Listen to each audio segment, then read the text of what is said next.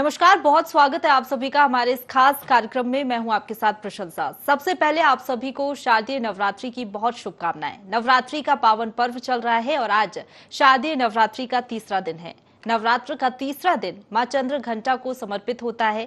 माता के माथे पर चमकते हुए चंद्रमा के कारण ही उनका ये नाम पड़ा है। मां चंद्र घंटा को देवी पार्वती का रुद्र रूप माना जाता है।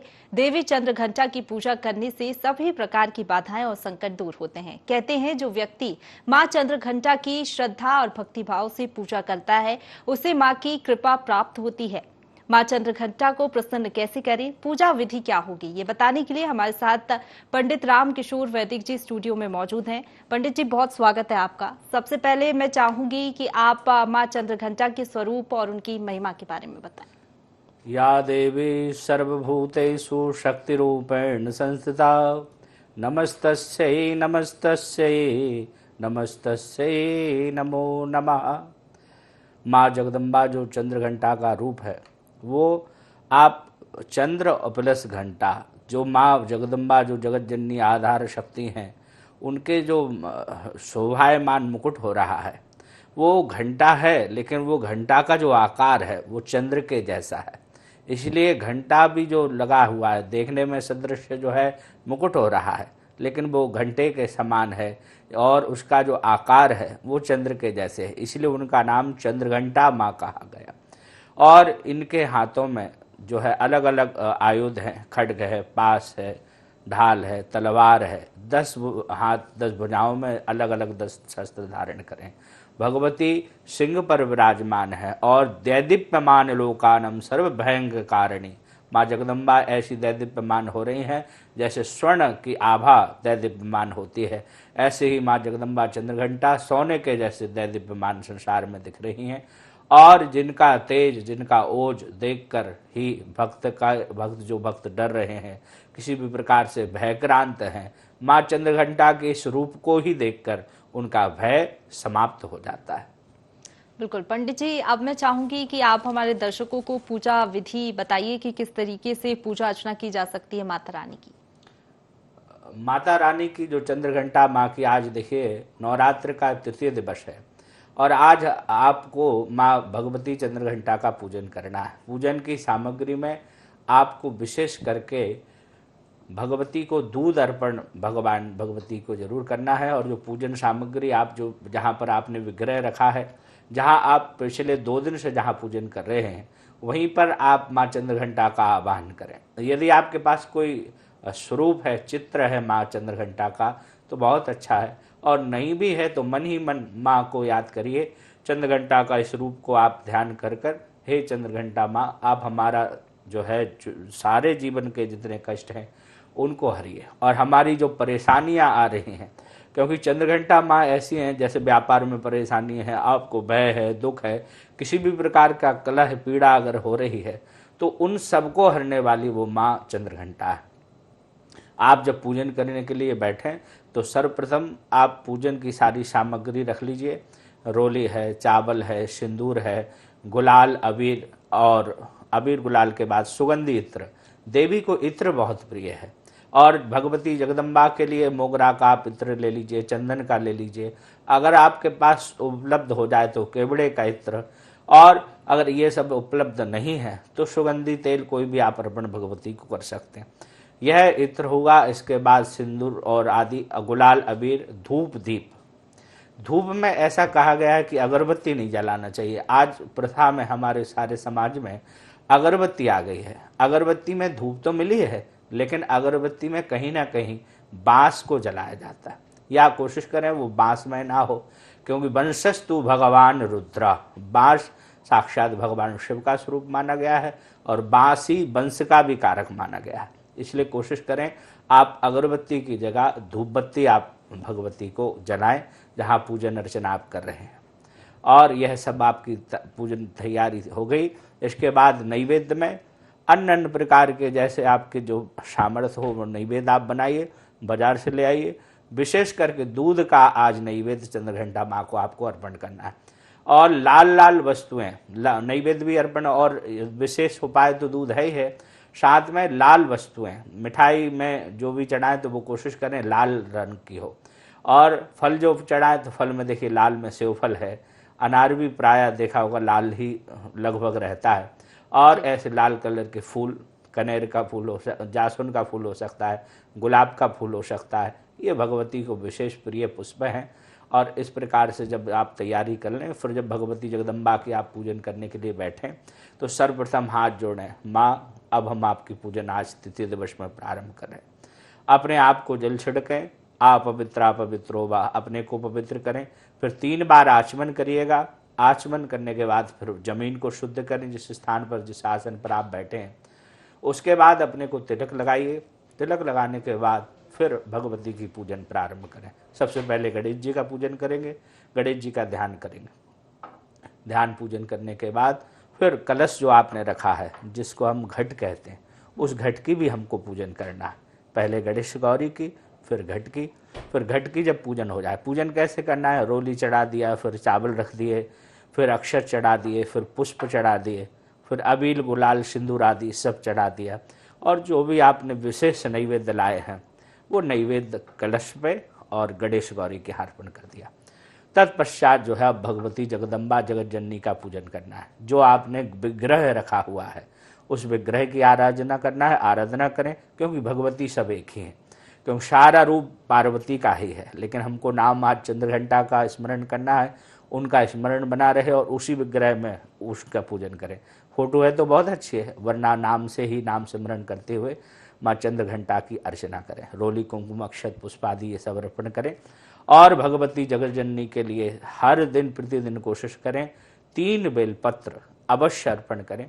बेलपत्र से भगवती विशेष प्रसन्न होती हैं, और बेलपत्र जब आप चढ़ाएंगे तो आपकी सारी मनोकामनाएं पूर्ण होंगी। भगवती को सुंदर गुलाब के फूल से, गेंदे के फूल से, चंपा आदि की बनी हुई सुंदर माला भगवती के विग्रह को अर्पण करिएगा। उनको भोग लगाइए। भोग लगाने के बाद जल आदि घुमाकर ऋतुफल में विशेष सब माँ भगवती जगदम्बा को अनार का फल विशेष प्रिय है, तो अनार का पुष्प चढ़ाएं, और इसके बाद हाथ जोड़ लें। फूल अगर अनार का मिल जाए तब भी जगदम्बा बहुत प्रसन्न हो जाती। इस प्रकार से आराधना करके भगवती को प्रणाम करें कि माँ आज की हमारी पूजन आप स्वीकार करिए। बिल्कुल, तो ये तो पूजा विधि हो गई जो कि पंडित जी ने हमारे दर्शकों को बताई है। पंडित जी, अब मैं चाहूंगी कि आप हमारे दर्शकों को बताइए कि किस तरीके से माता चंद्रघंटा को और ज्यादा प्रसन्न किया जा सकता है। देवी मंत्र जानना चाहेंगे आपसे। ओम ऐं श्रीं शक्त्यै नमः, यह मंत्र का जो साधक आज चंद्रघंटा देवी के लिए आराधना करेंगे और इस मंत्र का जो जप करेंगे, निश्चित मानिए वो जगदम्बा भयक्रांत को हरने वाली है। जीवन में जो भय हैं उनको मिटाने वाली है, और सारे जीवन में खुशियाँ ही खुशियाँ, आनंद और आपको शक्ति का संचार करने वाली वो माँ चंद्रघंटा है। इस मंत्र का साधक जाप करें, निश्चित मानिए भगवती की कृपा होगी। बिल्कुल, और पंडित जी आपसे जानना चाहेंगे कि व्रत भी लोग रखते हैं, विशेष महत्व होता है, नवरात्रि में 9 दिनों तक व्रत चलते हैं। ऐसे में आपसे जानना चाहेंगे कि व्रत जो लोग रखते हैं उनके लिए आप क्या बताना चाहेंगे। विशेष तौर पर पूजा विधि तो आपने बता ही दी है, दिन की शुरुआत कैसे करें ऐसे लोग। प्रातःकालीन जब आप उठें तो भगवती का ही स्मरण बना रहे, और भगवती जब आप उठ गए, आपने उठे, भगवती का स्मरण हुआ, सबसे पहले उठे तो क्योंकि अब पूरे 9 दिन जो साधक साधना में लगे हुए हैं उनका चिंतन भगवती मय हो, उनका जीवन भगवती मय हो, और जो भी आप कार्य कर रहे हैं, चाहे आप ऑफिस जा रहे हैं या ड्यूटी आप जो भी निभा रहे हैं, वहाँ भी भगवती का चिंतन बना रहे। 9 दिन तक जो शक्ति का संचार आपके जीवन में होने जा रहा है, उसके लिए जब संचार कब होगा, जब आपका भगवती का चिंतन होगा, जगदम्बा का चिंतन होगा। लोग कहते हैं कि पंडित जी महाराज हम लोग बहुत याद करते हैं भगवती को, लेकिन हमारा मन नहीं लगता। आप विचार करिए, कोई प्रेमी अपनी प्रेमिका को याद नहीं करना पड़ता, उसको अपने आप वो याद रहती है। क्यों हमको भगवान से याद क्यों नहीं बन रही? क्योंकि भगवान के प्रति हमारा प्रेम अभी दृढ़ नहीं है। जिस दिन उस प्रेमी के तरह जो वो प्रेमी प्रेमिका को चाहता है, ऐसे ही आप भी जब भगवती के प्रति अगाढ़ आपका प्रेम हो जाएगा, तब आपको भगवती को याद नहीं करना पड़ेगा, आपकी याद अपने आप बनी रहेगी। इसलिए कोशिश करें भगवती जगत जननी से, भगवती अम्बा से आपका प्रेम बढ़े और भगवती की याद हर समय आपको श्वास श्वास कृष्ण भजे, जैसे कहते हैं ना कृष्ण भजे, अभी देवी जी की आराधना है तो श्वास श्वास दुर्गा भजे, वृथा श्वास जिन खोए, ना जाने किस श्वास की आविन होए ना होए। तो इस प्रकार से भगवती का जब प्रारंभ हो सुबह ही आप भगवती का स्मरण करें। और जो लोग व्रत रख रहे हैं, व्रत में संयम की बहुत आवश्यकता है। कैसे संयम की, कि आपने देखा होगा जिस दिन हमारा व्रत होता है उसी दिन हमको सर्वाधिक भूख लगती है। वैसे तो हम 12 बजे तक कुछ नहीं खाते, लेकिन जब हमको मालूम हो गया कि आज हमारा व्रत है तो प्रातःकालीन से ही हम कह देते भैया आज हमारा व्रत है, फलाहार की तैयारी कर देना और ऐसी ऐसी सामग्री यहाँ की तैयारी कर देना। लेकिन आपको संयम रखना है। कई बार क्या होता है कि जब लोग व्रत तो रख लेते हैं, कई बार कोई दोस्त कुछ खा रहा है तो उसी में से हमने उठा के खा लिया। क्यों? क्योंकि हमारा संयम नहीं है। और व्रत में संयम और नियम क्या पालन करना है, आपको क्षौर कर्म नहीं कराना है, आपको दाढ़ी नहीं बनवाना है इन 9 दिनों में, आपको अन्य चीज़ों का विशेष भूमि पर ही शयन करना है, स्त्री सहभाग मना है। और इन चीज़ों का आपको अपनी जो इंद्रियां हैं, 10 इंद्रियां हैं, इनके ऊपर एक मन है, 5 कर्मेंद्री, 5 ज्ञानेंद्री, इन इंद्रियाओं को आपको निग्रह करना है, अपने बस में रखना है। हमारी आंख वो देखे जो हम देखना चाहते हैं, हमारे कान वो सुने जो हम सुनना चाहते हैं। ये सब इंद्रियाओं का हमें निग्रह करना है और इंद्रियों को हमारे बस में रखना है। जब हमारे बस में हमारी इंद्रियां होंगी तो हम जो चाहेंगे वही होगा। बिल्कुल, बहुत ही सुंदर बात आपने कही है पंडित जी। और अगर बात करें तो कुछ लोग व्रत रख लेते हैं लेकिन झूठ बोलते हैं व्रत के दिन। साथ ही बात करें तो कुछ लोगों को क्रोध भी बहुत ज्यादा आता है और व्रत वाले दिन भी वो ये सारी चीजें करते हैं। देखिए, वैसे भी एक चीज कहा है, व्रती के लिए झूठ बोलना, क्रोध करना। आप एक बार सनक सनंदन सनातन और सनत कुमार, ये चारों ऋषि भगवान नारायण से मिलने गए थे।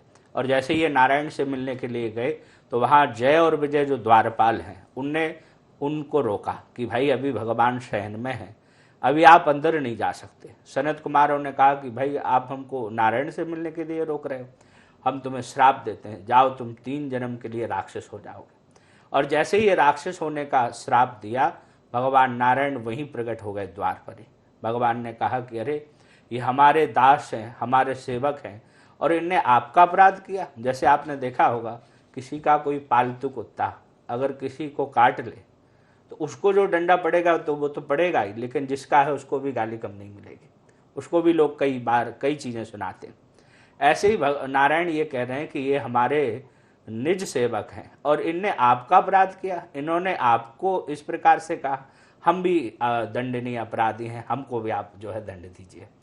जैसे ही नारायण को देखा तो सनत सनंदन सनत कुमार चारों भैयाओं का क्रोध शांत हो गया और अब मन में पश्चाताप करने लगे कि अरे हमारी जो इतने वर्षों की तपस्या है, आज हमने इतना सा क्रोध करके और हमारा तपस्या का फल चला गया। भगवान से कहे कि देखो अब इनको श्राप तो दे दिया है, लेकिन आप इनका उद्धार करने के लिए आप ही आएंगे। तो वही भगवान पहले जन्म में हिरण्याक्ष और हिरण्याकशिपु का उद्धार करने के लिए आए। भगवान नरसिंह बने, हिरण्याक्ष के लिए बारह बने, दूसरे में रावण और कुंभकर्ण के लिए राम जी के रूप में आए, फिर शिशुपाल और दंतवक्र के लिए कृष्ण जी के रूप में आए। तो आप विचार करिए कि इतना एक क्षणिक क्रोध करने से तो कितना उनका जो तप था, जितने दिनों का तप था। कहते हैं तपस्या न जायते, जब हम तपस्या करते हैं और उसमें तपस्या तप करके जो भी हम करते हैं उसमें हम काम क्रोध लोभ मोह, ये सबसे बड़ा जंजाल है और इन्हीं जंजालों में हमारी तपस्या कहीं ना कहीं विचलित हो जाती है। अगर हमको क्रोध आया तो हम जो तप जप कर रहे हैं वो सारा शांत हो जाता है, हमारा किया हुआ सब स्वाहा हो जाता है। तभी तो सनत कुमारों ने कहा कि भगवान अब हमारा तप तो बचा नहीं, अब ये क्रोध में हमारा सारा तप गया, अब हम जाके भगवान आपकी तपस्या पुनः करेंगे। और फिर वो तपस्या के लग जाते। विचार करिए, क्रोध करेंगे, झूठ बोलेंगे, असत्य का आचरण करेंगे तो भगवती जगदम्बा कैसे प्रसन्न होगी। बिल्कुल सही बात आपने पंडित जी कही है कि अगर आप लोग व्रत रखते हैं तो आपको क्रोध बिल्कुल भी नहीं करना है और नियम अनुसार ही आप व्रत रखें। पंडित जी, अगर बात करें तो कुछ लोग अखंड ज्योत भी जलाते हैं, साथ ही पाठ भी करते हैं, उसको लेकर क्या बताना चाहेंगे आप हमारे दर्शकों को? अखंड ज्योत का जो लोग घर पे रखते हैं उनको सावधानी विशेष रखना चाहिए। अपने घर में जो है नियम, कोई जहाँ पर ज्योति रखी है वहाँ हर किसी का प्रवेश नहीं होना चाहिए बाहरी लोग आ रहे हैं वो कैसे पवित्र हैं अपवित्र हैं, किस अवस्था में हैं, कहाँ से आ रहे हैं, इन सब नियमों का हमको पालन करना चाहिए। और जब हम इनका पालन करेंगे तो निश्चित मानिए हमारा जो आराधना का क्रम चल रहा है वो आराधना हमारी पूर्ण निर्विघ्नता होगी और उसमें कोई किसी भी प्रकार का विघ्न नहीं आएगा और जगदम्बा की हम पर कृपा भी होगी। इसलिए आपने देखा होगा जहाँ पर मंदिर बना होता है या जहाँ कई लोग क्या करते हैं कि घर से बाहर कोई कमरे में भगवती का विग्रह बनाकर वहाँ सुंदर तैयारी कर कर सुंदर भगवती का मंडप बनाकर और वहीं सारी व्यवस्थाएं 9 दिन तक के लिए रखते हैं। तो उस मंदिर विग्रह में हर किसी का जाना प्रवेश वर्जित रहता है। हम भी जाएं तो हम भी हमारे हाथ पैर आदि धोकर जाएं, ऐसे नहीं कि कहीं से भी आए अब मन में आए कि ज्योति देख लें और उठे तो ज्योति देखने चले गए। हमारे आज जो है स्वच्छता की ओर तो बहुत ध्यान दिया जा रहा है लेकिन पवित्रता नहीं रही। आपने देखा होगा कई लोग क्या करते हैं कि जब भोजन बनाते तो भोजन बनाते बनाते ही चाख लेते हैं कि इसमें नमक है कि नहीं, शक्कर है कि नहीं। अब आप विचार करिए जो आपने भोजन चाख लिया तो वो ना तो देवताओं के लिए बचा और जितने लोग उसको पा रहे हैं वो भी आपका ही जूठा पा रहे हैं। भले आप अलग चम्मच से ले लीजिए लेकिन आपने स्वाद तो चख लिया। और भगवान को जो भी आप भोग बना रहे हैं या मेहमान को बना रहे हैं वो भी तो अतिथि देवो भवा कहते हैं, तो आप उनको मतलब जूठा पवा रहे हैं। इन सब चीज़ों की पवित्रता का हमको ध्यान रखना होगा। हम जब मंदिर में जाएं या हमारा जो विग्रह बना हुआ है उसमें जाएं तो हाथ पैर धो के कोई चीज़ खाए मुंह में तो नहीं है, इन सब चीज़ की सावधानी कर कर फिर अंदर प्रवेश करें, भगवती को प्रणाम करें और फिर बड़ी ही सावधानी से वो ज्योति अगर कहीं दिख रही है कि कम हो रही है लौ तो उसको संवारें और संवारने के बाद फिर घी आदि या तेल का दिया है सर्वाधिक जो है घी का ही दिया जलाना चाहिए। लेकिन आज बाजार में नकली घी की भरमार है। आप विचार करिए जो घी 700 रुपये किलो है और वो बाजार में 100 सवा 100 रुपये, कहते भैया ये दिया जलाने के लिए है। 100 सवा 100 150 200 में कैसे घी संभव होगा। इसलिए सभी भक्तों की आराधना जब भी पूरी होगी जब आप जैसा आप खाते हैं आप अपने लिए यूज कर रहे हैं वही दिया घी आप भगवती की आराधना में जो ज्योति जला रहे हैं उसमें भी आप वही घी करिए, क्योंकि इस पूजन पाठ में शुद्धता की बड़ी विशेषता है। कहते हैं ना शुद्ध घी, एक जगह घी लिखा है एक जगह शुद्ध लिखा है। तब फिर इसलिए इन सब चीज़ों का भी हम विचार करें कि 250-200 में कैसे घी आ सकता है। तो इन सावधानियों को रखें तो निश्चित मानिए भगवती जगदम्बा आपके सकल काम को पूर्ण करने वाली है। बिल्कुल पंडित जी, अगर अखंड ज्योत गलती से बुझ जाती है तो ऐसे में क्या करना चाहिए? देखिए जो लोग अखंड ज्योत जला रहे हैं और वो अगर कहीं अखंड ज्योत है खंडित हो जाती है, उसको खंडित अगर हुई है तो आप भय ना करें। कई लोग क्या करते हैं कि और कई लोगों को जब बताते हैं तो वो अपने आप जैसे सलाह दे देते हैं कि अब तो तुम्हारा ऐसा होगा वो होगा। भगवती जगदम्बा है, वो सब जानती हैं। कुपुत्रो जायेतत कुचिदपि कुमाता न भवती। भक्तों को डरने की बात नहीं है। भगवती के सामने जो चित्रण आप लगाए हुए हैं उनको सर्वप्रथम प्रणाम करें और माँ से अपनी क्षमा याचना करें कि माँ हम तो आपकी आराधना में तद्बद्ध हैं। देखिए वही हमने आपको बार बार बताया कि आपके घर में भगवती हैं तो हमको संयम नियम से रहना पड़ेगा, बार बार हमको ज्योति देखना पड़ेगा। लेकिन कई लोग क्या करते हैं कि भगवती की ज्योति तो स्थापित कर देते हैं देखा देखी, और जब उनकी सेवा की चीज़ आती है तो सेवा में त्रुटि कर देते हैं। कैसे त्रुटि कि जब जो 3 घंटे में देखना है वो 6 घंटे 7 घंटे तक ज्योति नहीं देखना है। तो फिर इस जहाँ ऐसी आराधना होती तो वहाँ फिर ज्योति खंडित होती है। बाकी आप अगर नियम से हर 3 घंटे में आप ज्योत देखेंगे संवारेंगे तो निश्चित मानिए भगवती जगदम्बा आपकी सकल कामनाएं पूर्ण करेंगे। और जिनकी आप आपने कही कि खंडित हो गई किसी भी कारणवश, उनको क्या करना है? तो उनको क्या करना है, भगवती जगदम्बा को प्रणाम कर कर बारम्बार और हे माँ क्षम्यताम क्षम्यताम कहकर 3 बार और उस ज्योति को पुनः स्थापित कर देना। ऐसा नहीं कि आपने सोचा कि भाई अब खंडित हो गई तो अब हम आगे क्या करेंगे, क्या होगा। उसको कई लोग क्या करते हैं कि कह देते हैं भैया अब तो विसर्जन कर देंगे और ये वो अब खंडित हो गई तो हम सेवा नहीं करेंगे। नहीं, अपराध हुआ है, क्षमा मांगिए भगवती से और उस ज्योति को पुनः जितने दिन से इस बचे हैं, जैसे कई बार मान के चलिए किसी की पंचमी को खंडित हो गई, सप्तमी को हो गई या किसी भी तिथि में हो गई, तो वो जो जितने दिन से इस बचे हैं उतने दिन तक पुनः उसको स्थापित कर कर और ज्योति जलाई। हाँ, यदि ज्योति, अखंड ज्योति बार बार खंडित हो रही है, आपने देखा एक बार हो गई, 2 बार हो गई, तब फिर समझिए कि कुछ ना कुछ आपसे विशेष अपराध हो रहा है, जिसके कारण माँ आपसे रुष्ट हो रही। और उस समय फिर किसी पंडित जी, योग पंडित जी को बुलाकर दुर्गा सप्तशती का घर पर पाठ कराएं और शांति के लिए दुर्गा सप्तशती के पाठ से ही हवन कराएं। बिल्कुल पंडित जी, अब मैं आपसे जानना चाहूंगी कि जिस तरीके से आपने पूजा विधि बता दी, शाम को भी आरती की जाती है, आरती में किन विशेष चीजों का ध्यान रखना है और कैसे माँ चंद्रघंटा को प्रसन्न किया जा सकता है? जो भक्त भगवती के आराधना कर रहे हैं उनको 3 समय भगवती का पूजन करना चाहिए। सबसे पहले प्रातःकालीन लोगों का 12 बजे ना हो, क्योंकि आजकल की आदत में ये हो गया लोग 10-10 बजे तक उठ रहे हैं सो के। तो ऐसा नहीं कि आपका कहले पंडित जी हम तो जब उठेंगे जब ही हमारा प्रातःकालीन होगा। कोशिश करें अभी नवरात्रों में जल्दी उठें। वैसे तो हर दिन ही प्रातःकाल जल्दी उठना चाहिए। सूर्य की ऊष्मा जब हमको प्राप्त होगी तो हमारी इंद्रियां, हमारा मन, हमारा शरीर में एक नई संरचना होगी। और सुबह प्रातःकालीन जल्दी उठकर 6 से 8 के बीच में 9 तक ज़्यादा से ज़्यादा आप भगवती की प्रथम पूजन कर लें। इसके बाद द्वितीय पूजन मध्याह्न में ठीक 12 बजे भगवती की पूजन करें। और जो सायंकाल जो आप आरती की कह रहे हैं, सायंकाल के समय भगवती की जब आप आरती करें तो आप यह सुंदर विग्रह जैसे आप प्रातःकालीन करें हैं वैसे ही भगवती के जो निर्माल चढ़ा हुआ है फूल, जो आपने सुबह प्रातःकालीन अर्पण करें, मध्याह्न में जो अर्पण करें, वो सायंकालीन पुराने फूल पुष्प आदि जो भी चढ़ा हुआ है वो सारा आप विग्रह से हटा दें। और हटा के जहाँ आप निर्माल जो विसर्जन करने के लिए जो पात्र रखा है उस पात्र में आप विसर्जन कर दें। इसके बाद फिर भगवती के लिए पुनः चंदन टीका करके अक्षत लगा के, हो सके अगर माला आप लाए हैं तो सुबह शाम माला बदलें, अगर नहीं लाए हैं तो पुष्प जरूर रखें और पुष्प अर्पण करके भगवती को सायंकालीन के लिए अगर कोई भोग बनाया, आपने नैवेद्य तैयार करी है तो वो भगवती जगदम्बा को, जगत जननी चंद्रघंटा माँ के लिए अर्पण करें भोग। और अर्पण करने के बाद फिर भगवती को बारंबार प्रणाम करें और फिर भगवती की आरती करें। बिल्कुल पंडित जी, और ये भी मैं आपसे जानना चाहूंगी कि कन्या पूजन का भी विशेष महत्व होता है नवरात्रि में, हम देखते हैं, उसके बारे में आप क्या बताना चाहेंगे हमारे दर्शकों को?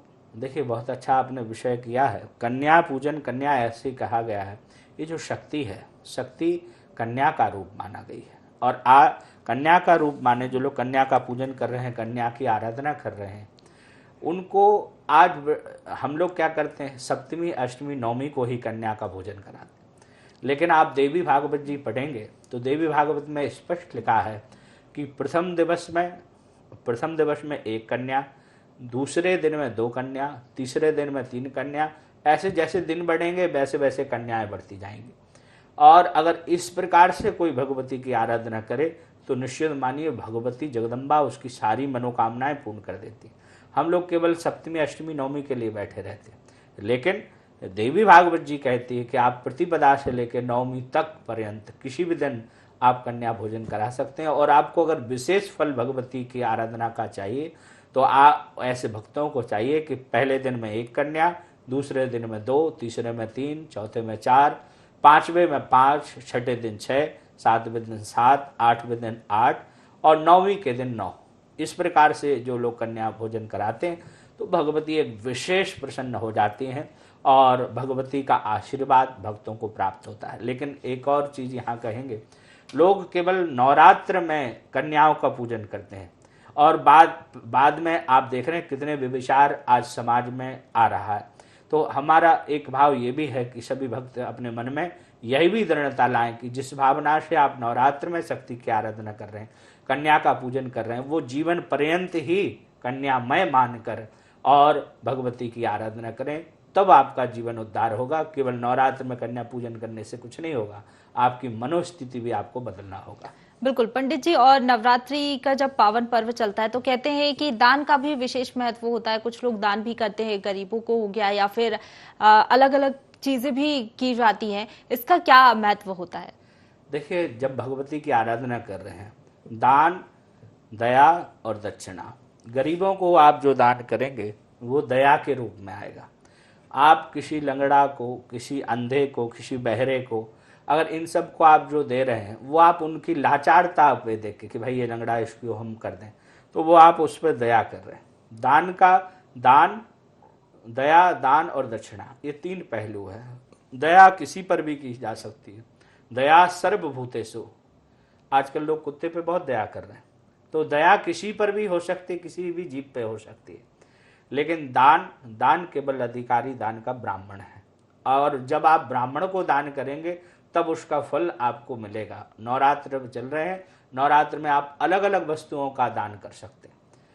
कम्बल है, वस्त्र है, और विशेष करके भगवती नवरात्र के व्रत भी चल रहे हैं, किसी ब्राह्मण को आप फल दान करिए, फलाहार की जो सामग्री है वो दान करिए। इस पर का दूध का दान करिए, विशेष प्रसन्न भगवती होंगी, आपकी मनोकामनाएं पूर्ण करेंगे। आप कुछ नहीं तो लौंग का दान करिए, इलायची आदि, इन सब चीज़ों का आप अलग अलग दानों का अलग अलग महत्व है। लेकिन दान जब भी करें तो किसी मंदिर में दान करें। फिर इसके बाद है दक्षिणा। दक्षिणा क्या है? पंडित जी ने जो नवरात्र में व्रत आपका यहाँ अनुष्ठान करा है, उसके परिमार्जित में जो आप दक्षिणा देते हैं वो दक्षिणा है। ऐसे करके दान का विशेष महत्व है, और सभी मनोकामनाएं भगवती जगदम्बा दान करने से आपकी पूर्ण करेंगे। बिल्कुल पंडित जी, बहुत शुक्रिया आपका हमारे साथ जुड़ने के लिए और तमाम जानकारी हमारे दर्शकों को देने के लिए। तो ये तमाम जानकारी पंडित जी ने आपको दी, और निश्चित ही तौर पर अगर आप ये उपाय करेंगे, जो पूजा विधि पंडित जी ने बताई है, उससे अगर आप माता चंद्रघंटा की पूजा करेंगे तो निश्चित ही तौर पर माता रानी आपसे जरूर प्रसन्न होंगी। इसी के साथ हमारे खास कार्यक्रम में फिलहाल इतना ही। आप देखते रहिए IND 24।